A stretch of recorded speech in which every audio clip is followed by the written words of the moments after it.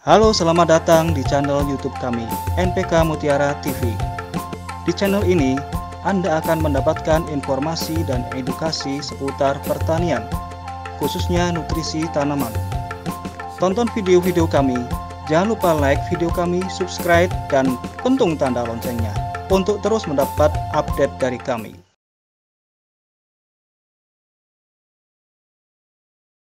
Assalamualaikum warahmatullahi wabarakatuh.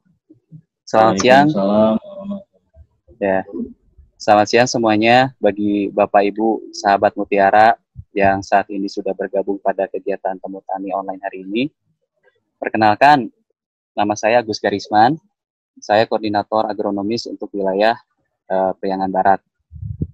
Live ini adalah salah satu cara kami untuk terus bisa berbagi dan berdiskusi bersama para petani ya pada kondisi pandemi corona saat ini, di mana biasanya kami mengadakan temu tani itu secara langsung di lapangan. Tapi saat ini belum bisa dilakukan ya terkait pandemi corona ini. Temu tani online ini selain kami manfaatkan untuk bisa beradaptasi dengan kondisi yang ada saat ini, temu tani online juga cara kami untuk memanfaatkan ya kemajuan teknologi lah, sehingga bisa menjangkau petani tanpa bertatap muka secara langsung. Ya, akan tetapi dengan jangkauan yang lebih luas. Pada kesempatan Temu Tani online kali ini akan dibahas mengenai hal-hal yang berkaitan dengan unsur-unsur hara mikro pada tanaman. Nanti mungkin yang akan disampaikan oleh Pak Ermain diantaranya mungkin peranan unsur hara mikro, ya pengertian unsur hara mikro sebelumnya mungkin, jenis-jenis unsur hara mikro, kemudian gejala-gejala defisiensi unsur hara mikro beserta cara penanggulangannya. Ya, mengapa kami pilih tema ini? Ya, sebetulnya karena pada kenyataannya di lapangan, terutama di kebun-kebun konvensional yang menjadi mayoritas lahan pertanian yang ada di Indonesia, unsur hara mikro ini sangat jarang sekali diperhatikan atau bahkan diberikan oleh para petani ya Indonesia, sehingga tidak jarang kekurangan unsur hara mikro ini bisa menjadi salah satu faktor pembatas pada keberhasilan produksi atau panen di Indonesia. Ya, tidak sedikit juga sebetulnya para petani ya, terutama petani konvensional yang berasumsi atau beranggapan yang salah mendiagnosa mengenai ya defisiensi unsur hara mikro dan menganggap defisiensi unsur hara mikro tersebut ya sebagai gejala serangan OPT atau organisme pengganggu tanaman.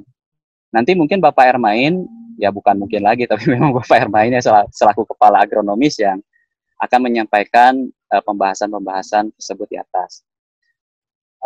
Setelah itu mungkin setelah Pak Ermain menyampaikan presentasinya, kita masuk ke segmen tanya-jawab. Nah, segmen tanya-jawab sendiri nanti ada dua segmen. Yang pertama adalah Pak Ermain akan menjawab pertanyaan-pertanyaan yang masuk kepada live Facebook, melalui live Facebook. Kemudian juga pertanyaan-pertanyaan di segmen kedua adalah pertanyaan yang masuk ke komunitas sahabat Mutiara. Silakan tulis pertanyaan Bapak Ibu sahabat Mutiara semua di kolom komentar FB kami atau di Telegram grup komunitas MPK Mutiara. Kami tidak akan, pada kesempatan ini kami tidak akan menjawab pertanyaan-pertanyaan yang di luar unsur hara mikro dan peranannya.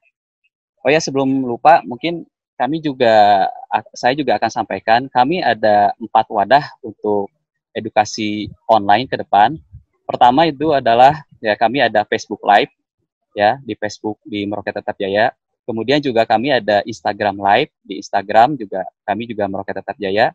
Kemudian kami juga ada grup komunitas Telegram, di Telegram maksud kami, ya komunitas MPK Mutiara, dan ada juga di channel YouTube ya, di YouTube di MPK Mutiara. Linknya bisa lihat nanti di komen sekarang. Ya, mari bergabung atau join semua channel kami supaya tidak ketinggalan jika kami membuat video ataupun membuat edukasi-edukasi online lain ke depannya. Mungkin kita masuk aja sekarang ke materi ya. Mungkin untuk lebih jelasnya saya persilakan langsung Pak Ermain untuk menyampaikan materinya, Pak. Silakan Pak Ermain, dimulai penyampaiannya, Pak. Oke, terima kasih Kang Garis. Ya, saya sama-sama, akan Pak. mengulas peran unsur hara mikro, khususnya pada tanaman cabai atau tanaman lain. Ya, silahkan nanti kalau ada pertanyaan diajukan pada kolom komentar Facebook atau di Telegram sahabat komunitas sahabat Mutiara. Nah, nanti saya dengan Kang Garis akan menjawabnya sesuai pertanyaan nanti. Oke, nanti saya akan share.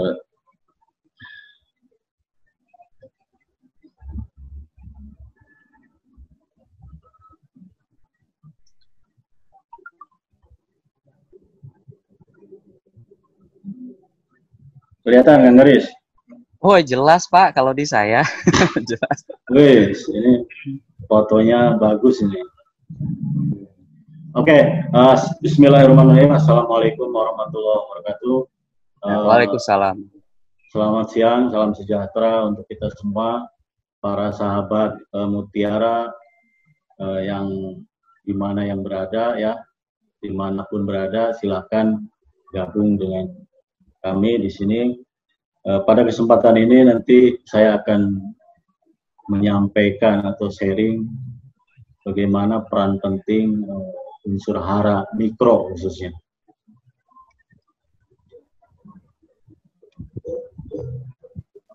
Ya Pak. Oke. Nah, ini sedikit profil saya Kang Garis ya. Boleh Pak. Biar diketahui sama sahabat Mutiara. Ya. Saya gabung dengan Merauke Tetap Jaya itu tahun 2001 ya. Sekarang udah 2020. Jadi ya. Iya Pak. Oke. Untuk syarat tumbuh dan berkembangnya tanaman itu paling tidak ya harus minimal ada 12 hara esensial yang harus diperhatikan oleh para sahabat Mutiara ya, baik makro maupun mikro. Nah, pada kesempatan ini saya akan membahasnya untuk hara mikro. Mungkin di lain kesempatan kita bahas topik-topik yang lain. Oke, ini ada 6 hara esensial ya. Ini yang diperlukan lah. Memang hara mikro ini ya namanya mikro sedikit, tapi penting sekali peranannya dalam proses tumbuh dan berkembangnya tanaman. Ya. Itu ada boron, ada mangan, ada tembaga, Cu, molybdenum atau Mo, ada besi, Fe, ada zinc. Oke, yang pertama adalah bagaimana peran boron pada tanaman. Boron diperlukan tanaman untuk produksi asam nukleat dan hormon tanaman, serta pergerakan gula di dalam tanaman. Jadi hasil metabolisme fotosintesis itu boron berperan dalam menggerakkan atau menyalurkan ke seluruh organ-organ tanaman. Penting untuk mempertahankan integritas struktur membran sel ya. Terus penting untuk kelangsungan hidup serbuk sari atau bunga, perkembangan buah-buahan. Nah, ini nanti mungkin akan berpengaruh besar terhadap hasil panen cabai kita ya. Karena dia berfungsi untuk meningkatkan viabilitas serbuk sari itu sendiri. Terus gejala kekurangan boron itu ditemukan rata-rata itu di daun muda ya. Daun muda atau titik tumbuh jaringan meristem. Kurang kadar boron akan menyebabkan bagian tengah buah itu berlubang. Atau kalau dikubis itu, kalau dikupas ya tengahnya itu akan berlubang ya, akan kering gitu. Dan juga kekurangan boron itu pada titik tumbuh menghasilkan akar dan daun yang pendek. Ya. Terus tunas samping itu pertumbuhannya menjadi dominan atau menggila sehingga seperti sapu yang dibalik, itu boron. Terus yang kedua adalah tembaga. Peran tembaga sebagai katalis dalam proses fotosintesis dan respirasi. Nah, ini digunakan juga dalam lignifikasi dinding sel sehingga mempengaruhi stabilitas sel itu sendiri. Ya, lignin ini. Tembaga juga mempengaruhi kandungan gula dan efisiensi penggunaan air di dalam buah. Kekurangan hara tembaga banyak ditemukan di daun baru. Memang semua hara mikro itu defisiensinya rata-rata di daun baru atau tunas-tunas baru. Dan pada lahan gambut itu kadang-kadang sering tidak tersedia. Ya. Kekurangan tembaga biasa ditemukan pada daun muda karena bersifat imobil. Ya. Rata-rata semua hara mikro itu imobil, artinya tidak mudah bergerak di dalam tanaman, kecuali nanti hara molybdenum, MO. Ya. Rata-rata semua imobil, jadi susah untuk ditransfer ke jaringan yang lebih mudah. Tanaman yang kekurangan tembaga pada umumnya menjadi warna pucat dan daun akan lain.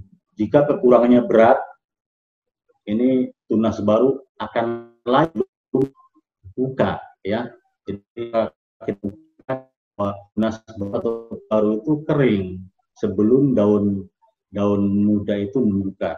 Ini ya biasanya dominan adalah itu kekurangan CU atau tembaga. Nah, sekarang yang ketiga adalah peran besi pada tanaman. Besi penting untuk pertumbuhan fungsi klorofil. Tahu bahwa klorofil itu adalah zat hijau daun. Ya. Diperlukan dalam proses fotosintesis. Juga berperan penting dalam pembentukan karbohidrat, lemak, dan protein. Berperan aktif dalam mengaktifkan berbagai macam enzim.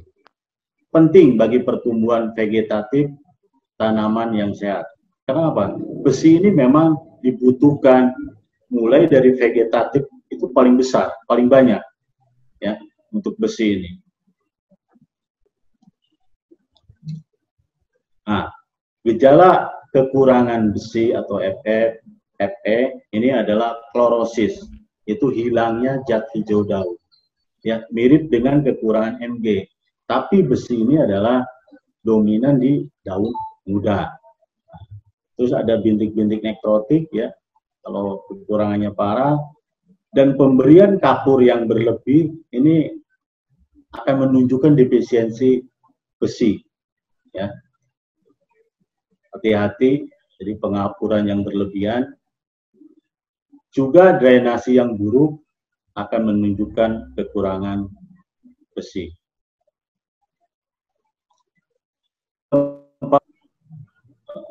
Adalah mangan. Mangan berperan dalam meningkatkan kandungan minyak di dalam biji. Peran pentingnya juga dalam sintesis protein. Dan nah ini yang penting adalah memproduksi vitamin C di dalam buah. Ya. Membantu pemanfaatan nitrogen di dalam tanaman. Jadi memang ini tidak antagonis dengan nitrogen, ya, dia membantu. Juga membantu dalam proses sintesis, klorofil, dan fotosintesa. Gejala kekurangan mangan atau Mn itu awalnya daun memucat, ya, yang lebih muda sampai daun pertengahan. Klorosis lebih lanjut akan terjadi nekrotik, yaitu rusaknya daun, biasanya dari pinggir. Nah, ini distribusi klorofil tidak akan merata. Ini kalau kekurangan mangan. Tanaman serealia atau padi, ya, golongan padi, gandum, itu paling sensitif terhadap kekurangan mangan.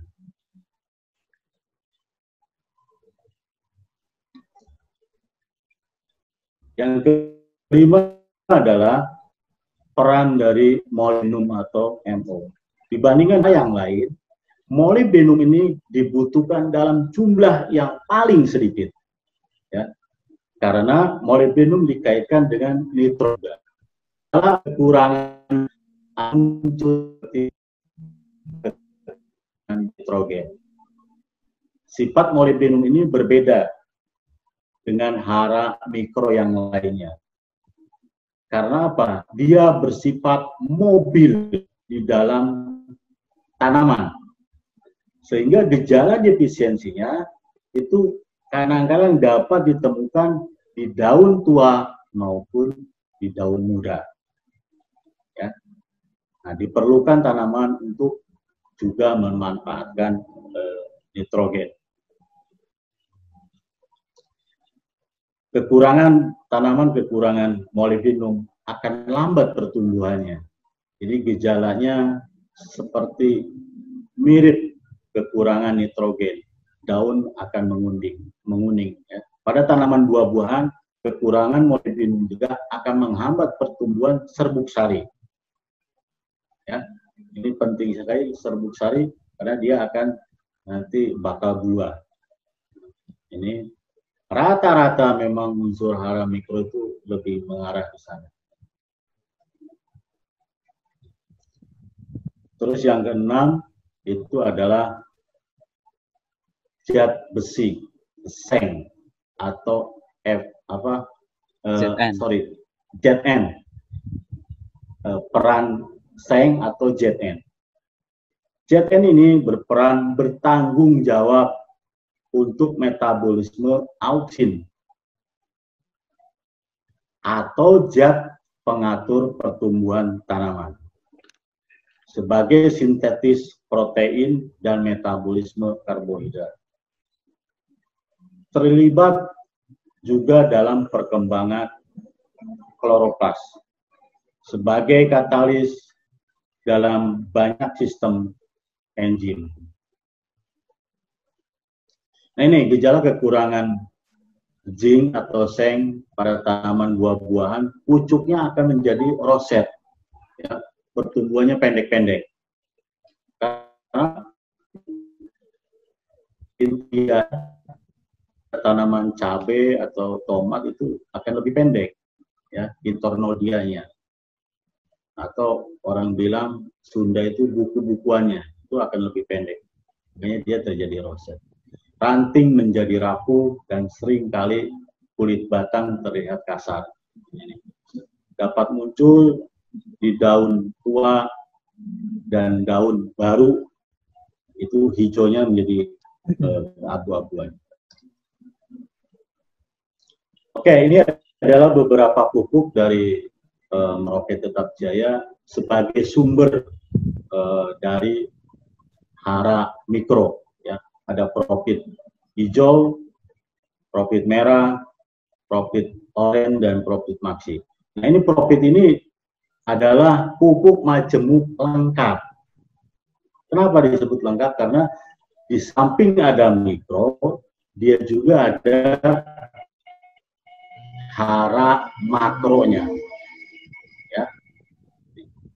Terus sumber lain dari pupuk hara mikro itu adalah fitoplankton.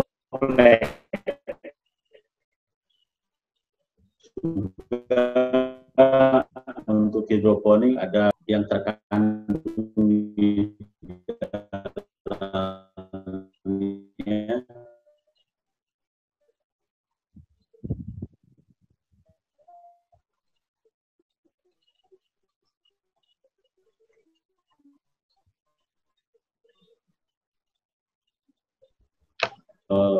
Ini berjumpa Merauke Tetap Jaya atau npkmutiara.com.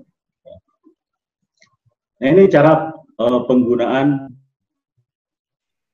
pupuk profit series ya, melalui ada profit hijau, profit merah, profit oranye, dan profit maxi. Profit hijau, kenapa kita di awal pertama disimpan di pertama? Karena dia ada N-nya yang tinggi. Tadi saya katakan bahwa profit series ini adalah pupuk majemuk lengkap. Ya. Merah itu ada kandungan P-nya yang tinggi, oranye dia ada kandungan K-nya yang tinggi, dan maxi ini ada kandungan P dan K-nya yang tinggi. Ini juga ada majemuk yang foliar. Nah, ini untuk Phytoplax ya, khusus untuk mikro yang esensial ada 6 ini Phytoplax ya. Ini kalau di tanaman cabai itu ya 10 hari sampai 2 minggu sekali aplikasi. Mulai kapan? Ya mulai mungkin 20 hari atau 1 bulan. Jadi 10 hari atau 2 minggu sekali. Ya, boleh digabung dengan Mag-S. Untuk dosisnya Phytoplax ini kita ada kemasan 2,5 gram itu untuk 1 cap ya, untuk 1 semprotan itu 14 sampai 20 liter biasanya. Nah itu nanti aplikasinya jangan salah ya. Ini biasanya sahabat mutiara nggak dikasih 1 cap itu 2,5 gram, waduh ini nggak maksimal nggak ini hasilnya, karena kecil sekali ya. Mungkin minuman yang biasa aja itu 4 gram untuk 1 gelas ini minuman. Misalnya Extra Joss itu 4 gram untuk 1 gelas, Kang Garis. Nah ini 2,5 gram untuk 1 cap. Ada yang 14 sampai 20 liter. Hati-hati karena apa? Unsur hara mikro semuanya adalah logam berat. Kalau dosisnya terlalu banyak ya akan pengaruh juga. Ya.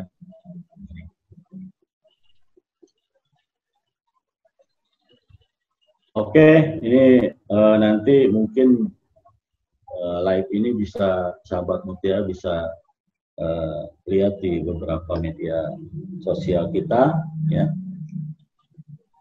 Ini media sosial kita dari Merauke Tetap Jaya, ada npkmutiara.com, merauketetapjaya.com, ada YouTube, ada Facebook, ada Telegram, ada Instagram, macam-macam ini. Ini zaman milenial soalnya. Iya, Oke, Kang Garis, itu saja yang bisa saya sampaikan. Nanti kalau ada pertanyaan, monggo ya kita jawab satu persatu. Kalau memang nanti ya saya nggak bisa menjawab, ya akan kita simpan dulu. Mungkin di lain waktu kita akan jawab. Karena apa? Saya bukan orang saintis atau peneliti ya. Kita hanya praktisi di pengalaman kita. Dari saya, Garis, Assalamualaikum warahmatullahi wabarakatuh.